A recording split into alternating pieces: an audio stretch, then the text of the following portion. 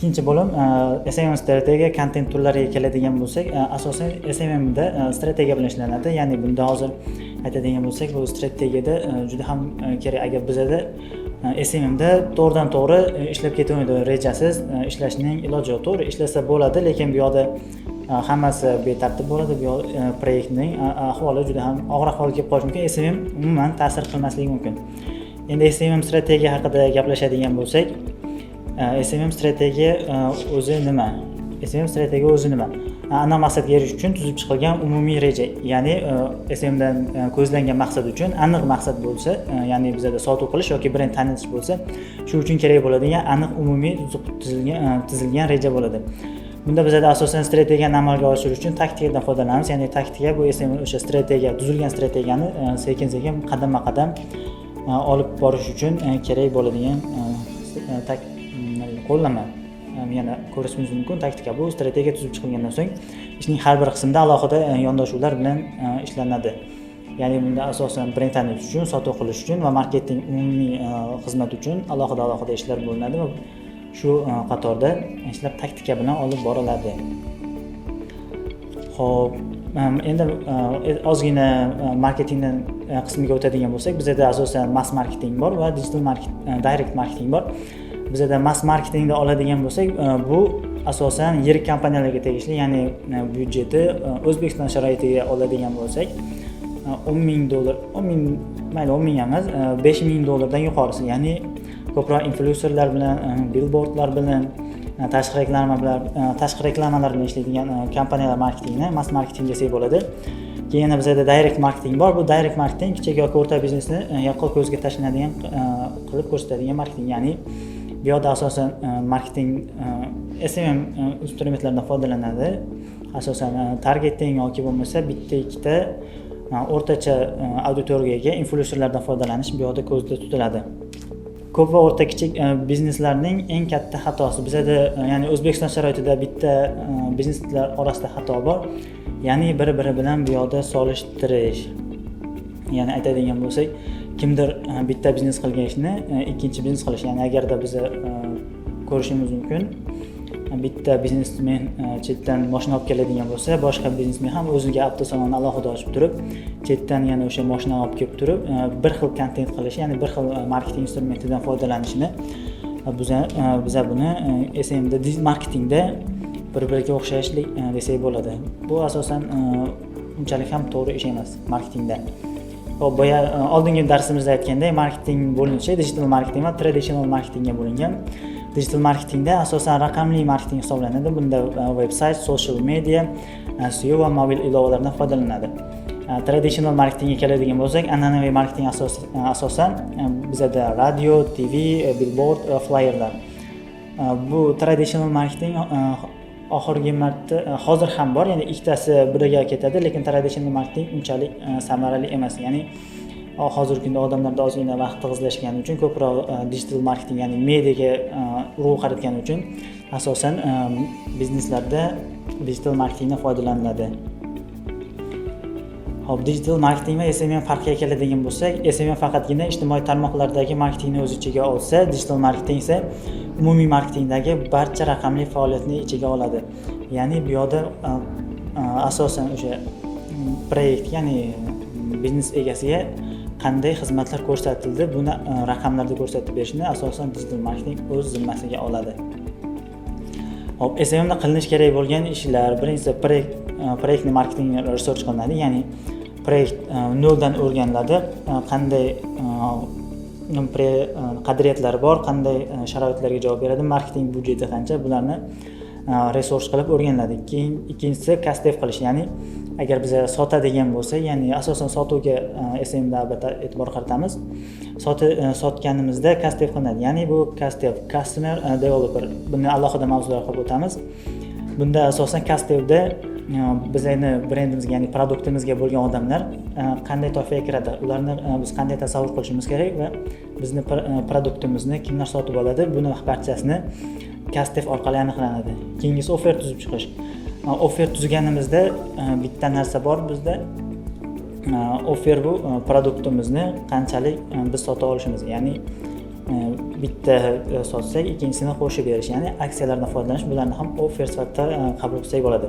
Keyingisi content marketing. Buni SEMda ko'rsatish uchun, ya'ni media tarmoqlarda ko'rsatish uchun biz albatta content marketing qilishimiz kerak. Content turlaridan foydalanishimiz kerak. Oldingi darsda aytganimizdek, Telegram, Instagram, YouTube bu platformalarda biz kontentni amalga oshirib sotuvni qilamiz. Keyingisi realizatsiya. Shu ishlarni hammasini tuzib chiqqanimizdan keyin biz qilingan ishlarni reallikka ko'chiramiz. Bunda asosan sotuv bo'ladi va natijagacha olib chiqiladi. SMM jamoada haqiqiy SMM jamoa bo'lsa, bizda asosan SMM menejerdan eng yuqori darajada SMM menejer turadi. Lekin hozirgi holatda O'zbekiston sharoitida kompaniyalar marketingga katta byudjet ajratayotgani uchun hozirgi kunda SMM menejerdan ham yuqori lavozimda marketolog turadi. Bunda marketolog butun jamoani, ya'ni SMM menejerini asosan boshqaradi. SMM menejer esa boshqa SMM jamoaga kerak bo'ladigan shaxslarni boshqaradi. Ya'ni bu yoqda SMM menejer o'zi content maker, operator, montajyor, grafik dizayner, operator, story maker, community manager, targetolog. Hozir bu yoqda ekranda ko'rishingiz mumkin, ham bir soha vakili o'sha marketing SMM jamoada qanday ishlarni amalga oshirishini. Endi SMM menejerning yana bir asosiy vazifasiga keladigan bo'lsak, bu SMM menejerning jamoadagi vazifalariga keladigan bo'lsak, bu yoqda biz yuqorida sanab o'tilgan SMM jamoadagi soha vakillariga to'g'ri topshiriq berishdan iborat. Ya'ni operator, montajyor, grafik dizayner, targetologga to'g'ri vazifa berish. Ya'ni buni bizda TZ deyiladi. Ya'ni texnicheskiy zadaniya ruschasiga aytganda. SMM strategiyadagi taktikalardan yana biriga keladigan bo'lsa, bu content turlari, ya'ni oldin aytganimizdek, oldingi darsda yuqorida aytib o'tganimizdek, ijtimoiy tarmoqlar, ya'ni Instagram, Telegram, YouTube, TikTok, Facebookda content qilish, ya'ni content turlari haqida gaplashamiz. Xo'p, content deganda o'zi nima tushuniladi? Content deganda ko'pchilik blogerlar, har xil vaynerlar yoki mashhur insonlarni joylagan videolari yoki qanaqadir kino desak bo'ladi yoki podkast desak bo'ladi, shu narsani tushunadi. To'g'ri, bu ham content degani, lekin umumiy ma'noda kontentni eng minimum jihatida oladigan bo'lsak, biz Instagramga, ya'ni ijtimoiy tarmoqlarga qo'yadigan har bir postimiz yoki har bir joylaydigan narsamiz bu kontent. Ya'ni agar biz qo'shiq yoki rasm, video joylaydigan bo'lsak, bu ham kontentga kirib ketadi. Qanday turdagi kontentlar mavjud? Biz odatda asosan Instagramga rivojlanmasidan oldin, ya'ni hozir kunga yetib kelguncha, ya'ni reelslarga yetib kelguncha postlardan foydalangan odamlar har xil o'zlari eng yorqin lahzalarini rasmga tushib Instagramda post qilishgan va shundan orqali kontent yuritilgan. Ya'ni bu sekin-sekin rivojlangan, ya'ni SMM rivojlangani sari brend egalari postlar orqali, ya'ni reklama postlari orqali o'zlarining kontentlarini boyitgan va sotuvni amalga oshirgan. Xo'p, qanday turdagi kontentlar mavjud?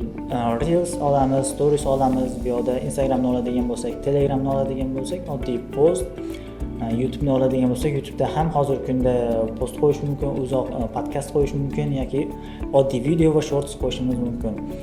Instagramni oladigan bo'lsak, Instagramda hozirgi kunda 15 sekunddan 1,5 minutgacha videolarni o'z ichiga olgan. Bu eskiroq ma'lumot. Hozirgi kunda Instagram yangilanganligi uchun Instagramda reelslar 3 minutgacha bemalol qabul qiladi. Bu brendning reklamasini yana ham uzoqroq va ommaga ko'proq ko'rsatishga yordam beradi. Xo'p, storieslarni oladigan bo'lsak, yana content turlarida stories 60 sekundgacha video oladi, ya'ni 1 daqiqa, 1 daqiqadan uzog'ini olmaydi. Aynan shu 1 daqiqa davomida biz o'zimiz kontentimizni ommaga ko'rsatishga ulgurishimiz kerak. Ya'ni bu 60 soniyalik kontent 24 soat davomida turadi. Bizda endi yana Instagramda yana SMM menejerlar, ya'ni marketing, digital marketing, umuman medianing ichida yuradigan odamlarda statistika desak bo'ladi. Agar biz storieslarimizni eng ko'proq qo'yadigan bo'lsak, soat 11:00 va 14:00 oralig'ida qo'yishimiz kerak. Ya'ni bizdan boshqa brend egalari ham stories qo'ygan payti bu eng ko'p, ya'ni 24 soat ichida aylanib kelishi ehtimol bo'ladi. Bizning storiesimiz eng oxirgi o'ringa tushib qolsa ham hech qanday anaqa muammo bo'lmaydi. Bu yoqda 2 martalab ko'rish imkoni bo'ladi. Bu esa bizning profilimiz aktivligini oshirib beradi.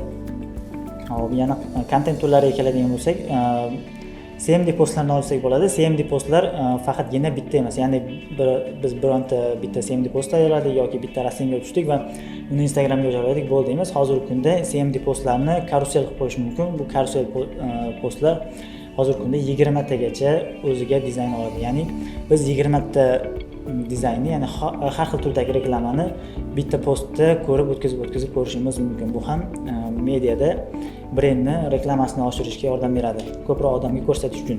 YouTube'da oladigan bo'lsak, asosan YouTube'da kanal ochiladi. YouTube kanal ochilgandan keyin biz har xil postlar qo'yishimiz mumkin. Masalan, aytadigan bo'lsak, podkastlar, foydali ma'lumotlar yoki shortslar. Hop, lekin YouTube'ga kontent qilishni aytadigan bo'lsak, brend uchun eng yaxshisi bu yoqda bizda uzunroq videolar, ya'ni podkastlar va foydali videolar. Chunki YouTube'da shunaqa narsa borki, YouTube 10 yildan keyin ko'rsangiz ham o'sha reklamani chiqarib beradi agar ichidan qilib olmasangiz, ya'ni edit qilib qo'ymasangiz. Hozirgi kunda brend egalarining asosiy muammolaridan aytadigan bo'lsak, ular bir hafta yoki 2 hafta yaxshi aylanadigan blogerlarga yoki reelslarga reklama berishadi. Bu juda ham hozirgi kunda juda ham emas. Endi qandaydir ma'noda baribir xato emas, kelajakka sarmoya emas. YouTube esa kelajakka sarmoya.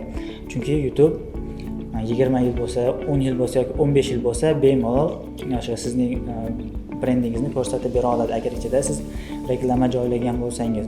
YouTube'da yana kontent turlari keladigan bo'lsa, bizda aytganimdek, oldingi darsda aytganimdek, har doim rivojlanib turish kerak. Bunda YouTube'ning rivojlanayotgani hozirgi kunda podkastlarni, ya'ni turli xildagi biznes egalariga soha vakillarini kerakli postlari, ya'ni agar nima desa bo'ladi, produkt sotadigan bo'lsak, ovqat qiladigan, ya'ni ovqat tayyorlaydigan blogerlarga berganimiz bu yaxshi. 1 soat davomida ovqat tayyorlaganini ko'rsatadi va orasiga sizning reklamangizdan 15 sekund qo'yadigan bo'lsa ham buni 1 million odam ko'rsa, 1 oy davomida bu 10 yildan keyin ham turadi va agar kimdir o'sha mavzuda, ya'ni ovqat qilish mavzusida video qidirsa, aynan siz shu videoni ko'rsa, agar sizning brendingiz hali ham tirik bo'lsa, shu video orqali sizga mijoz bo'lishi mumkin. Bu degani yillar davomida ham YouTube sizga klientlar, ya'ni mijozlarni olib keladi. Content marketing, ya'ni SEO strategiya bo'yicha hozirgi darslarimiz shu. Endi bundan keyingi darslarimizda CGM, SWOT analizlari haqida gaplashamiz.